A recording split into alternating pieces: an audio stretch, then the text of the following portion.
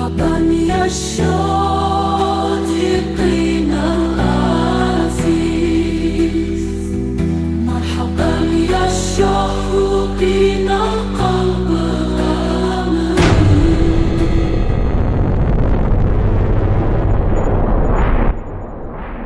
Assalamualaikum warahmatullahi wabarakatuh. Marhaban ya Syodikinal Aziz. Selamat datang wahai sahabat yang dirahmati Allah. Yang sudah like dan subscribe saya ucapkan terima kasih, dan saya doakan semoga masuk surga.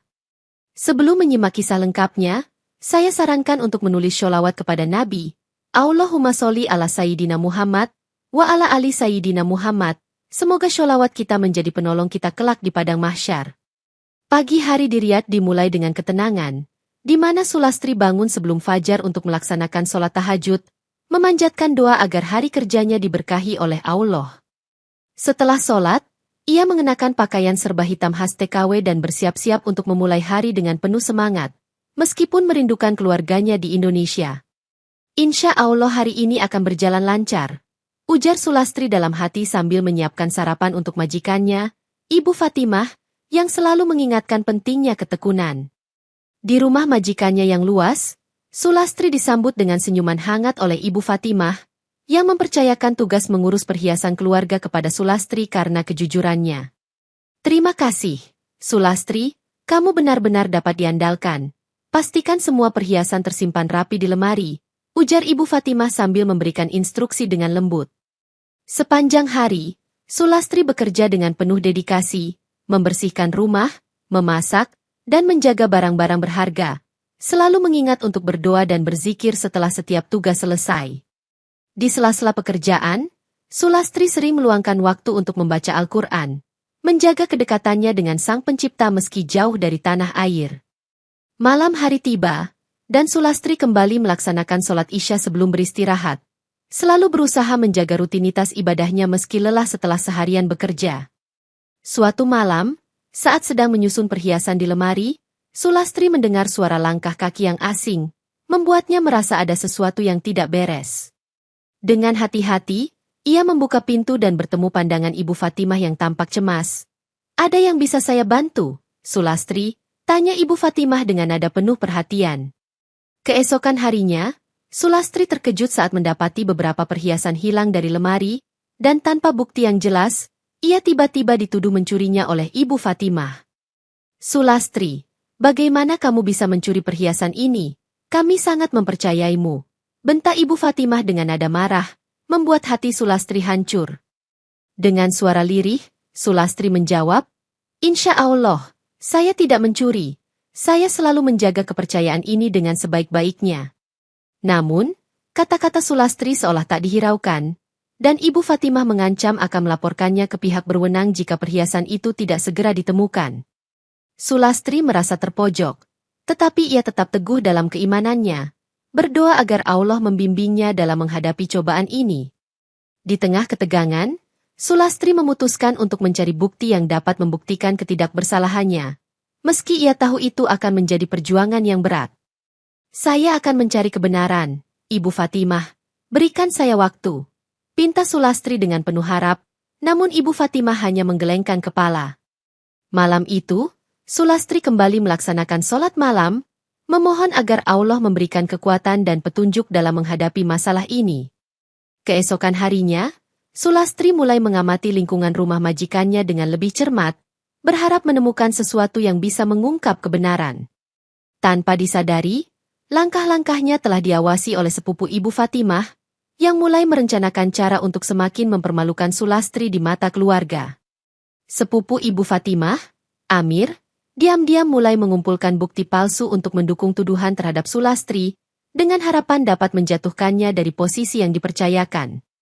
"Jika Sulastri semakin dicurigai, mungkin kami bisa mendapatkan kembali perhatian Ibu Fatimah yang seharusnya," pikir Amir sambil menyusun rencana liciknya. Amir menemukan perhiasan yang hilang dan menyembunyikannya di tempat yang sulit dijangkau, berharap bisa merekayasa bukti yang akan menjerat Sulastri. Suatu malam, Amir mencuri perhiasan tersebut dan menyimpannya di dalam tas yang sering digunakan Sulastri, memastikan bahwa itu akan ditemukan pada pagi hari. Dengan ini, semua akan jelas. Sulastri tak akan bisa menyangka lagi bisik Amir puas saat menyelesaikan aksinya. Keesokan harinya, saat Ibu Fatimah menemukan perhiasan di tas Sulastri, kemarahannya meningkat drastis, mempercayai bukti yang tampaknya tak terbantahkan. Ini yang sudah kamu lakukan, Sulastri. Kini kamu harus mempertanggungjawabkan perbuatanmu, ujar Ibu Fatimah dengan tatapan tajam, tanpa menyadari tipu muslihat yang dilakukan Amir. Sulastri, yang benar-benar tidak tahu apa-apa, merasa sangat tertekan dan bingung menghadapi tuduhan yang tiba-tiba ini. Saya tidak tahu bagaimana perhiasan itu bisa ada di sini. Tolong, berikan saya kesempatan untuk membuktikan ketidakbersalahan saya. Mohon Sulastri dengan suara gemetar. Namun, Ibu Fatimah tidak mau mendengarkan penjelasan Sulastri, dan segera memutuskan untuk melaporkan kejadian ini ke pengadilan setempat tanpa memberi waktu bagi Sulastri untuk membela diri. Pengadilan lokal di Riyadh mengumpulkan semua pihak untuk mendengarkan kasus pencurian perhiasan yang menimpa Sulastri, tanpa memberikan kesempatan baginya untuk menyampaikan pembelaan. Hakim yang hadir tampak tegas dan langsung menjatuhkan hukuman rajam kepada Sulastri, meskipun tidak ada saksi yang melihatnya mencuri. Dengan ini, Sulastri dinyatakan bersalah atas tuduhan pencurian perhiasan keluarga ini, ujar hakim dengan suara keras, membuat suasana menjadi tegang. Sulastri terdiam, hatinya hancur mendengar keputusan yang begitu berat tanpa adanya kesempatan untuk menjelaskan kebenarannya. Ini salah, saya tidak mencuri, saya selalu setia menjaga barang-barang ini, seru Sulastri, namun suaranya teredam oleh kerumunan yang hadir. Ibu Fatimah duduk di bangku saksi dengan ekspresi tidak bersalah, seolah-olah semua yang terjadi adalah sepenuhnya kesalahan Sulastri. Para penonton yang hadir mulai merasa ada yang tidak beres. Namun ketakutan akan hukum setempat membuat mereka enggan untuk bersuara. Setelah sidang selesai, Sulastri diperlakukan dengan kasar dan dibawa untuk menjalani hukuman rajam, meski ia belum pernah berbuat salah. Dalam perjalanan menuju tempat eksekusi, Sulastri terus berdoa, memohon kepada Allah agar diberikan kekuatan dan keadilan dalam menghadapi cobaan ini. Di mata orang-orang yang menyaksikan, nasib Sulastri tampak suram, dan mereka mulai merasakan adanya keganjilan dalam proses pengadilan yang dilakukan. Pada hari eksekusi, kerumunan besar berkumpul di halaman pengadilan, menyaksikan dengan tegang saat Algojo mempersiapkan batu rajam yang akan dilemparkan kepada Sulastri. Dengan tegas, Algojo pertama melempar batu ke arah Sulastri. Namun batu tersebut pecah menjadi beberapa bagian sebelum menyentuh tubuhnya, membuat semua orang tercengang. Ini mustahil. Batu-batu ini seharusnya menghancurkan tanpa ampun, ujar seorang penonton dengan nada ketakutan, menyadari adanya keanehan yang terjadi. Algojo kedua pun mencoba lagi. Namun batu yang dilempar kali ini juga pecah, membuat Sulastri tetap selamat dari hukuman yang mengerikan tersebut. Penonton mulai berbisik di antara mereka, mungkin ini adalah mukjizat dari Allah yang melindungi Sulastri yang tak bersalah.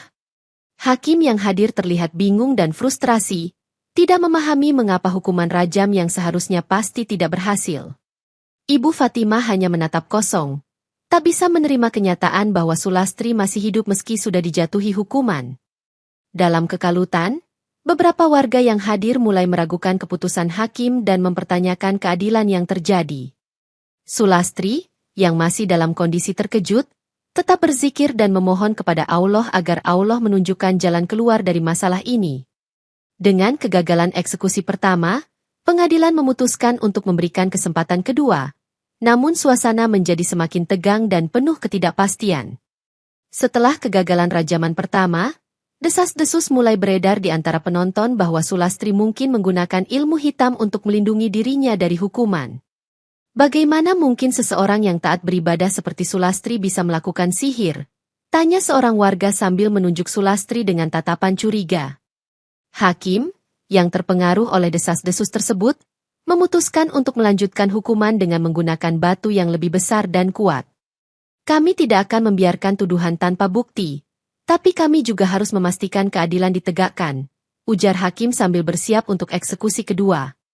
Sulastri, meski tak bersalah, tetap tenang dan terus berdoa, meyakini bahwa Allah akan membantunya menghadapi ujian ini. Algojo kedua kali mempersiapkan batu yang lebih besar, berharap kali ini hukuman rajam akan berhasil tanpa kegagalan seperti sebelumnya. Dengan hati-hati, Algojo melemparkan batu tersebut. Namun lagi-lagi batu itu hancur menjadi serpihan sebelum mencapai Sulastri, melukai beberapa algojo di sekitarnya. Ini tidak mungkin. Batu-batu ini seharusnya menghancurkan tanpa ampun, teriak salah satu algojo dengan rasa frustrasi yang mendalam. Penonton yang hadir semakin yakin bahwa ada sesuatu yang luar biasa yang terjadi, dan beberapa mulai mempertanyakan apakah Sulastri benar-benar bersalah.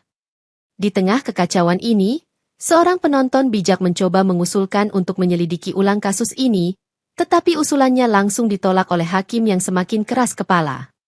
Meskipun sudah 2 kali gagal, hakim tetap bersikeras untuk melaksanakan hukuman rajam, kali ini dengan menggunakan batu yang jauh lebih besar dan lebih berat. Algojo khusus dipanggil dari luar kota untuk memastikan eksekusi kali ini berjalan tanpa hambatan, membawa batu-batu yang dijamin akan menghancurkan. Ini adalah kesempatan terakhir, Sulastri. Jika kamu tidak terbukti bersalah, maka kami tidak akan melanjutkan hukuman, ujar hakim dengan nada yang lebih tegas. Dengan berat hati, Sulastri memandang batu-batu besar itu, namun tetap menjaga ketenangan dan terus berzikir kepada Allah. Algojo melemparkan batu pertama dengan kekuatan penuh. Namun batu itu pecah menjadi serpihan yang melukai beberapa penonton di sekitarnya. Apa yang terjadi? Batu-batu ini tidak bisa hancur begitu saja. Seru salah seorang penonton yang terluka, menciptakan kegelisahan di antara kerumunan. Meskipun terjadi kegagalan sebelumnya, Algojo melanjutkan dengan batu kedua, berharap kali ini hukuman akan ditegakkan tanpa kegagalan. Namun, batu kedua juga pecah sebelum mencapai Sulastri, menyebabkan lebih banyak kerusakan dan luka-luka di antara para penonton yang semakin marah. Kejadian ini memicu kekacauan di pengadilan, dengan para penonton mulai berteriak dan menuntut agar pengadilan diadakan ulang. Di tengah kekacauan tersebut, seorang bijak yang hadir mencoba untuk menengahi situasi, tetapi usulannya ditolak oleh hakim yang semakin tidak sabar dan keras kepala. Setelah eksekusi kedua yang gagal, kerumunan penonton mulai panik dan berlarian ke segala arah, menciptakan kekacauan di halaman pengadilan. Kita harus mengadakan pengadilan ulang, ini tidak adil, teriak salah seorang penonton sambil menunjuk ke arah Sulastri yang masih berdiri dengan tenang. Beberapa warga mulai berbisik tentang kemungkinan adanya ilmu rawa rontek yang digunakan untuk melindungi Sulastri, memperkuat keyakinan mereka akan kebenaran. Hakim, yang merasa tertekan oleh situasi yang semakin tidak terkendali, mencoba untuk tetap tenang dan mencari solusi terbaik untuk mengatasi kerusuhan. Di tengah keributan, Sulastri tetap duduk di tempatnya, memanjatkan doa dan memohon kepada Allah agar diberikan keadilan dan perlindungan. Para algojo yang terluka mulai mengeluhkan rasa sakit mereka, sementara beberapa penonton yang terluka juga meminta pertolongan medis. Seorang bijak yang hadir di sana mencoba untuk menenangkan kerumunan dengan mengingatkan semua orang akan pentingnya keadilan dan kebenaran. Kita harus mencari kebenaran dan memastikan bahwa keadilan ditegakkan tanpa adanya fitnah, ujar bijak tersebut dengan suara yang lembut namun tegas. Namun, usulan bijak itu langsung ditolak oleh hakim yang semakin kehilangan kendali atas situasi yang terjadi. Dengan suasana yang semakin memanas, pengadilan memutuskan untuk melanjutkan proses hukum tanpa memberikan kesempatan bagi Sulastri untuk membela diri. Di tengah kekacauan yang terjadi, Kedutaan Besar Indonesia di Riyadh mendengar kabar tentang kasus Sulastri dan segera mengirimkan pengacara untuk membela dirinya. Pengacara Indonesia, Pak Rahmat, tiba di Riyadh dengan membawa bukti-bukti yang dapat membuktikan ketidakbersalahan Sulastri dan membongkar konspirasi yang terjadi. Kami yakin ada sesuatu yang tidak beres dalam kasus ini. Kami akan mencari kebenaran dan memastikan Sulastri mendapatkan keadilan, ujar Pak Rahmat kepada timnya. Pak Rahmat mulai menyelidiki kasus tersebut, mengumpulkan saksi-saksi yang dapat memberikan informasi tentang peristiwa pencurian perhiasan yang sebenarnya. Dalam penyelidikannya, Pak Rahmat menemukan bahwa sepupu Ibu Fatimah, Amir, adalah orang yang paling mungkin memiliki motif untuk menjatuhkan Sulastri. Amir memiliki alasan untuk membingkai Sulastri. Kita harus menemukan bukti yang bisa mengungkap kejahatannya, tegas Pak Rahmat sambil menyusun strategi. Sulastri, yang mulai merasakan harapan, berterima kasih kepada pengacara Indonesia dan terus berdoa agar Allah membimbing mereka dalam mencari kebenaran. Pak Rahmat mengadakan pertemuan dengan Sulastri, kami akan melakukan segala yang kami bisa untuk membuktikan bahwa kamu tidak bersalah, tetaplah kuat dan tetap beriman. Dengan semangat baru, Tim pengacara Indonesia bekerja keras untuk mengumpulkan bukti dan mencari saksi yang dapat membuktikan bahwa Sulastri adalah korban fitnah. Di saat yang sama, di dalam pengadilan, ketegangan semakin meningkat dengan kehadiran pengacara Indonesia yang mulai mengguncang keyakinan hakim dan para penonton akan kebenaran yang terjadi. Amir, sepupu Ibu Fatimah, merasa tekanan meningkat saat bukti-bukti yang dikumpulkan Pak Rahmat semakin mengarah padanya sebagai dalang di balik tuduhan terhadap Sulastri. Dalam keadaan terpojok, Amir mulai merasa bersalah dan memutuskan untuk mengakui perbuatannya kepada seorang ulama setempat yang dihormatinya. Saya telah melakukan kesalahan besar dengan menuduh Sulastri tanpa bukti. Saya mohon ampun kepada Allah dan meminta agar ini tidak diungkapkan ke pengadilan, ujar Amir dengan air mata mengalir di wajahnya. Sang ulama, yang bijaksana dan penuh pengertian, mendengarkan pengakuan Amir dengan serius dan menyarankan agar ia menyerahkan diri untuk memperbaiki kesalahannya. Kebaikan masih bisa ditemukan meski dalam kesalahan. Semoga Allah memberikan petunjuk dan ampunan kepadamu, Amir, ujar sang ulama sambil meletakkan tangan di bahu Amir. Dengan pengakuannya yang tulus, sang ulama memutuskan untuk membantu Amir mencari cara untuk mengungkap kebenaran tanpa mempermalukan Sulastri lebih lanjut. Ulama tersebut mulai menyelidiki lebih jauh, meyakini bahwa ini adalah ujian keimanan bagi Sulastri dan sebuah pelajaran tentang pentingnya kejujuran dan kebenaran.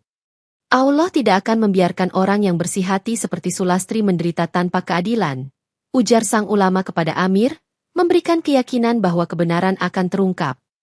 Amir, yang masih merasa bersalah, setuju untuk membantu sang ulama dalam mengumpulkan bukti-bukti yang akan membebaskan Sulastri dari tuduhan yang tidak berdasar. Dengan tekad baru, Amir dan sang ulama bekerja sama untuk mengumpulkan saksi-saksi dan bukti yang dapat membuktikan bahwa Sulastri adalah korban fitnah, sekaligus memperbaiki kesalahan yang telah ia perbuat. Sang ulama, Ustadz Abdullah, setelah mendengar pengakuan Amir, segera menghubungi Pak Rahmat untuk menyampaikan pentingnya mengungkap kebenaran demi keadilan Sulastri. Kita harus bekerja sama untuk memastikan bahwa Sulastri tidak terus menderita akibat fitnah ini, ujar Ustadz Abdullah kepada Pak Rahmat dengan penuh keyakinan. Pak Rahmat setuju dan bersama-sama mereka mulai mengumpulkan bukti tambahan yang dapat memperkuat kasus Sulastri di pengadilan. Kami menghargai bantuan Anda, Ustadz. Semoga Allah memudahkan usaha kita ini, kata Pak Rahmat sambil menyusun strategi lebih lanjut. Ustadz Abdullah mengunjungi rumah Ibu Fatimah untuk berdiskusi secara pribadi, mencoba menyampaikan kebenaran tanpa memicu konflik lebih lanjut. Ibu Fatimah, apakah benar Amir yang mencuri perhiasan tersebut? Saya yakin Allah akan membuktikan kebenaran, ujar Ustadz Abdullah dengan lembut. Ibu Fatimah terlihat bimbang, namun perlahan mulai meragukan kesaksian awal yang diberikan kepada pengadilan. Saya tidak tahu pasti. Mungkin kita perlu menyelidiki lebih lanjut sebelum membuat keputusan, jawab Ibu Fatimah dengan suara gemetar. Melihat perubahan sikap Ibu Fatimah, Ustadz Abdullah semakin yakin bahwa kebenaran akan terungkap melalui usaha mereka bersama. Insya Allah, dengan niat baik dan keikhlasan, kita akan menemukan jalan menuju keadilan untuk Sulastri, pungkas Ustadz Abdullah sambil meninggalkan rumah Ibu Fatimah. Meski telah 2 kali gagal, pengadilan tetap memutuskan untuk melaksanakan hukuman rajam ketiga dengan menggunakan batu yang lebih besar dan algojo khusus. Algojo dari kota lain, yang dikenal memiliki alat berat untuk eksekusi, dipanggil untuk memastikan hukuman berjalan sesuai perintah hakim. Ini adalah kesempatan terakhir, Sulastri. Jika kamu benar-benar tidak bersalah, batu-batu ini tidak akan menyentuhmu, ujar hakim dengan nada menakutkan. Sulastri tetap tenang dan melanjutkan zikir, mempercayakan segala urusan kepada Allah dengan penuh keyakinan. Algojo melemparkan batu pertama dengan kekuatan penuh. Namun batu itu pecah menjadi serpihan yang melukai beberapa penonton di sekitarnya. Apa yang terjadi? Batu-batu ini seharusnya menghancurkan tanpa ampun, teriak salah seorang penonton yang terluka, menciptakan kegelisahan di antara kerumunan. Algojo melanjutkan dengan batu kedua, namun lagi-lagi batu itu hancur sebelum mencapai Sulastri, menyebabkan lebih banyak kerusakan dan luka-luka. Penonton yang marah mulai berteriak dan menuntut agar pengadilan diadakan ulang, merasa bahwa keadilan tidak ditegakkan dengan benar. Dalam kekacauan tersebut, warga mulai menunjukkan ketidakpercayaan mereka terhadap pengadilan dan hakim yang tetap bersikeras melanjutkan hukuman. Seorang bijak yang hadir di sana, Ustadz Hasan, mencoba untuk menenangkan situasi dengan mengingatkan semua orang akan pentingnya keadilan dan kebenaran. Namun usulannya ditolak oleh hakim yang semakin keras kepala. Berita tentang kegagalan 3 kali hukuman rajam terhadap Sulastri sampai ke telinga Raja Arab Saudi, yang merasa perlu campur tangan dalam kasus ini. Raja memanggil para hakim dan saksi-saksi utama ke istana untuk mendengar ulang seluruh kejadian yang telah terjadi. Saya tidak bisa membiarkan kasus ini terus berlanjut tanpa memastikan keadilan yang sesungguhnya ditegakkan, ujar Raja dengan tegas kepada para hakim. Pengacara Indonesia, Pak Rahmat, bersama dengan Ustadz Abdullah, menyampaikan bukti-bukti baru yang mengungkapkan keterlibatan Amir dalam fitnah terhadap Sulastri. Dengan bukti ini, jelas bahwa Sulastri adalah korban fitnah dan kami memohon agar keadilan ditegakkan, kata Pak Rahmat sambil menunjukkan dokumen pengakuan Amir. Raja mendengarkan dengan seksama dan meminta para hakim untuk meninjau ulang kasus tersebut dengan hati-hati. Keadilan adalah fondasi dari pemerintahan yang baik. Saya tidak akan mentolerir ketidakadilan terhadap siapapun, termasuk Sulastri, tegas Raja sebelum memerintahkan pengadilan ulang. Para hakim yang hadir mulai merasa tertekan oleh bukti baru yang disampaikan, menyadari bahwa mereka mungkin telah membuat kesalahan sebelumnya. Kita harus memastikan bahwa keputusan yang diambil benar-benar adil dan berdasarkan bukti yang sah, ujar salah satu hakim dengan rasa tanggung jawab yang tinggi. Dengan keputusan Raja, pengadilan ulang dijadwalkan untuk hari berikutnya, memberikan harapan baru bagi Sulastri dan keluarganya. Pada hari pengadilan ulang, Pak Rahmat dan Ustadz Abdullah mempresentasikan bukti pengakuan Amir serta saksi-saksi yang melihat Amir menyembunyikan perhiasan tersebut. Kami memiliki rekaman video yang menunjukkan Amir menyimpan perhiasan di tempat yang sulit dijangkau, lalu memasukkannya ke dalam tas Sulastri, jelas Pak Rahmat kepada pengadilan. Saksi mata, seorang tetangga, juga memberikan kesaksian bahwa mereka melihat Amir membawa perhiasan tersebut pada malam kejadian. Amir, yang merasa bersalah, duduk di depan pengadilan dengan ekspresi menyesal, menyadari bahwa waktunya untuk mengaku telah tiba. Saya mengakui semuanya. Saya tidak memiliki alasan lain selain iri hati dan ingin menarik perhatian Ibu Fatimah, ujar Amir dengan suara gemetar. Hakim yang mendengar pengakuan Amir langsung menyadari kesalahan dalam pengadilan sebelumnya, dan mulai meragukan keabsahan hukuman yang dijatuhkan. Dengan bukti dan pengakuan ini, tidak ada keraguan lagi bahwa Sulastri adalah korban fitnah, ujar hakim dengan nada penyesalan. Ibu Fatimah, yang sebelumnya yakin akan kesalahan Sulastri, mulai menangis mendengar pengakuan sepupunya sendiri. Maafkan saya, Sulastri, saya tidak tahu harus bagaimana, ucap Ibu Fatimah dengan air mata mengalir di pipinya. Dengan bukti yang terkuak, pengadilan memutuskan untuk membebaskan Sulastri dari semua tuduhan dan menjatuhkan hukuman kepada Amir atas fitnah yang dilakukannya. Setelah pembebasan Sulastri, Raja memerintahkan agar dia diberikan kompensasi besar sebagai bentuk permintaan maaf dan pengganti atas penderitaannya. Insya Allah, keadilan telah ditegakkan dan Allah menunjukkan kebenaran Sulastri, ujar Raja kepada hadirin yang hadir di pengadilan. Kedutaan Besar Indonesia di Riyadh segera mengatur proses pemulangan Sulastri ke tanah air dengan penuh hormat dan penghargaan atas ketabahannya. Terima kasih atas bantuan dan dukungan Anda, Pak Rahmat. Semoga Allah membalas kebaikan Anda, kata Sulastri kepada pengacara Indonesia sebelum keberangkatannya. Sulastri dipulangkan ke Indonesia dengan penuh penghormatan, disambut oleh keluarganya yang telah menantikan kepulangannya dengan penuh kegembiraan. Alhamdulillah. Akhirnya aku bisa kembali dan berkumpul bersama keluarga setelah semua ini, ujar Sulastri dengan senyum bahagia. Di tanah air, berita tentang pembebasan Sulastri dan kompensasi besar yang diterimanya menjadi sorotan media nasional dan internasional.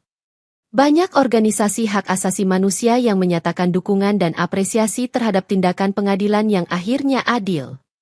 Sulastri, meski telah mengalami penderitaan, tetap rendah hati dan memuji Allah atas keadilan yang diberikan.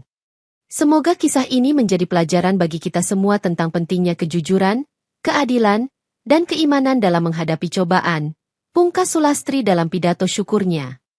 Setelah kasus Sulastri terungkap, Amir dan beberapa hakim yang terlibat dalam fitnah tersebut mulai menghadapi azab dari Allah atas dosa yang mereka perbuat. Amir mengalami kebakaran mendadak di rumahnya, yang menghanguskan sebagian besar harta benda dan meninggalkan keluarganya dalam kesulitan. Ini adalah balasan atas dosa-dosa yang telah aku lakukan. Semoga Allah memberikan ampunan, bisik Amir dalam kepanikan saat kebakaran melanda rumahnya. Para hakim yang terlibat dalam kasus Sulastri juga mengalami bencana serupa, dengan beberapa dari mereka kehilangan rumah dan harta benda akibat bencana alam yang tak terduga. Warga setempat mulai menyadari bahwa azab tersebut adalah hukuman dari Allah atas perbuatan mereka yang tidak adil. Allah tidak akan membiarkan orang-orang yang melakukan kezoliman tanpa balasan, ujar seorang warga sambil menyaksikan kehancuran yang menimpa para pelaku fitnah. Berita tentang azab yang menimpa Amir dan para hakim menyebar luas, memperkuat keyakinan masyarakat akan keadilan ilahi. Beberapa dari mereka yang selamat dari bencana tersebut mulai bertobat dan mencari ampunan dari Allah atas kesalahan yang telah mereka perbuat. Saya menyesal dan memohon ampun kepada Allah atas perbuatan saya yang salah, ujar salah satu hakim yang selamat dari bencana dengan penyesalan yang mendalam. Dengan azab yang menimpa para pelaku fitnah, masyarakat semakin memperkuat keimanan dan kepercayaan mereka bahwa Allah selalu melihat dan mengadili setiap perbuatan manusia. Setelah kembali ke Indonesia, Sulastri memutuskan untuk menyumbangkan sebagian besar kompensasinya untuk pembangunan masjid di desanya sebagai bentuk rasa syukur kepada Allah. Masjid ini adalah simbol keimanan dan persatuan kami. Semoga Allah menerima amal ibadah kita semua, ujar Sulastri saat upacara peresmian masjid berlangsung. Selain itu, Sulastri juga mengajak warga desa untuk memperkuat iman dan takwa mereka melalui pengajian rutin dan kegiatan keagamaan lainnya. Kita harus selalu mengingat Allah dalam setiap langkah kita dan saling mendukung dalam kebaikan, pesan Sulastri kepada para warga desa. Warga desa yang terinspirasi oleh ketabahan Sulastri mulai lebih aktif dalam kegiatan sosial dan keagamaan, menciptakan lingkungan yang lebih harmonis dan penuh kasih. Sulastri juga mendirikan yayasan bantuan untuk membantu TKW yang menghadapi masalah hukum dan perlakuan tidak adil di luar negeri. Semoga yayasan ini dapat menjadi tempat bagi mereka yang membutuhkan bantuan dan perlindungan, ujar Sulastri dengan penuh harapan. Hikmah dari ujian yang dialami Sulastri menjadi pelajaran berharga bagi banyak orang di desanya tentang pentingnya keimanan dan ketabahan. Setiap ujian dari Allah adalah kesempatan untuk memperkuat iman dan mendekatkan diri kepadanya, kata Sulastri dalam salah satu pengajian yang diadakan di masjid. Dengan hikmah yang diperoleh, Sulastri dan warga desa terus berusaha menjalani kehidupan yang lebih baik dan lebih dekat dengan Allah, menjadikan pengalaman pahit sebagai sumber inspirasi dan kebaikan. Di kampung halaman, nama Sulastri yang sempat ternoda oleh fitnah kini dipulihkan dan dihormati sebagai sosok yang tabah dan beriman. Sulastri adalah contoh ketabahan dan keimanan yang luar biasa. Kami bangga memiliki warga seperti dia di desa kami, ujar kepala desa dalam upacara penghargaan. Banyak warga yang ingin belajar dari pengalaman Sulastri untuk menghadapi cobaan hidup dengan penuh keimanan dan keteguhan hati. Setiap orang dapat menghadapi ujian dengan sabar dan iman yang kuat, seperti yang telah dilakukan Sulastri, kata seorang warga muda yang terinspirasi oleh cerita Sulastri. Sulastri sering diundang untuk berbicara di berbagai acara keagamaan dan seminar, membagikan pengalamannya sebagai bentuk motivasi bagi orang lain. Jangan pernah menyerah dalam menghadapi cobaan. Allah selalu bersama hambanya yang sabar dan ikhlas, pesan Sulastri kepada para pendengar yang penuh haru. Nama baik Sulastri semakin dikenal di seluruh negeri, menjadi simbol keadilan dan ketabahan dalam menghadapi fitnah dan ujian. Kami merasa terhormat dapat mendukung dan belajar dari pengalaman Sulastri, ujar seorang pejabat lokal yang hadir dalam salah satu acara penghargaan. Dengan reputasi yang pulih, Sulastri semakin aktif dalam berbagai kegiatan sosial dan keagamaan, memperluas pengaruh positifnya di masyarakat. Kita semua bisa menjadi agen perubahan dengan berpegang pada nilai-nilai keimanan dan kejujuran, seperti yang telah ditunjukkan oleh Sulastri, ujar Sulastri dalam salah satu pidatonya. Cerita Sulastri diangkat oleh media internasional, menggugah kesadaran global tentang perlakuan terhadap TKW dan pentingnya keadilan bagi semua pekerja asing.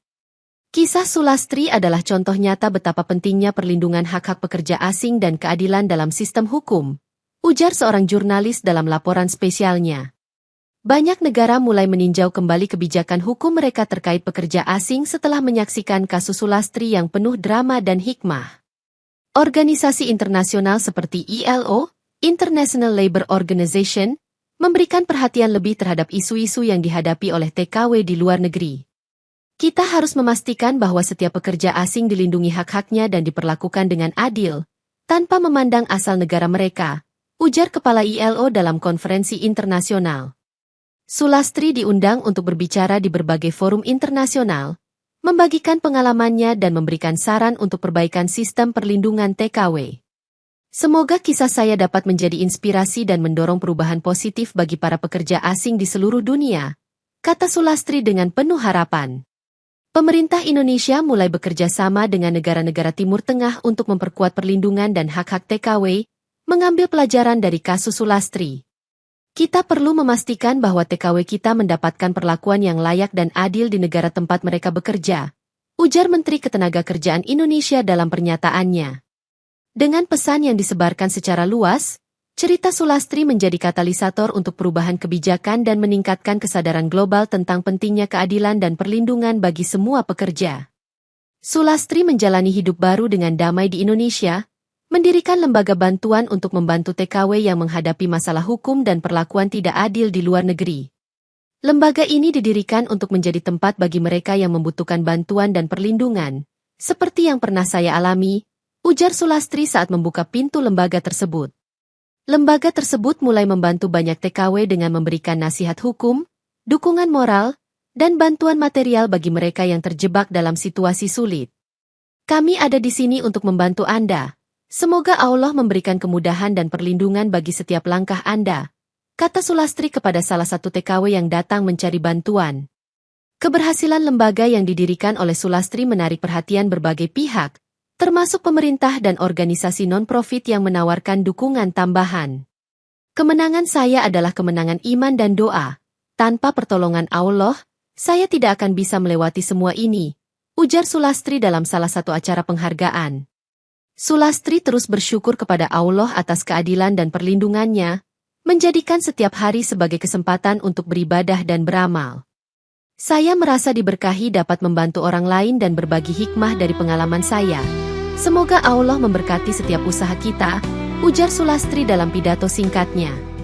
Lembaga yang didirikan Sulastri menjadi simbol keimanan, keadilan, dan kepedulian terhadap sesama, menginspirasi banyak orang untuk turut serta dalam misi kebaikan. Dengan segala perjuangan dan cobaan yang telah dilalui, Sulastri akhirnya merasakan kedamaian dan kebahagiaan yang sejati, menjadi inspirasi bagi banyak orang untuk selalu percaya kepada Allah dan menjalani hidup dengan penuh iman dan doa.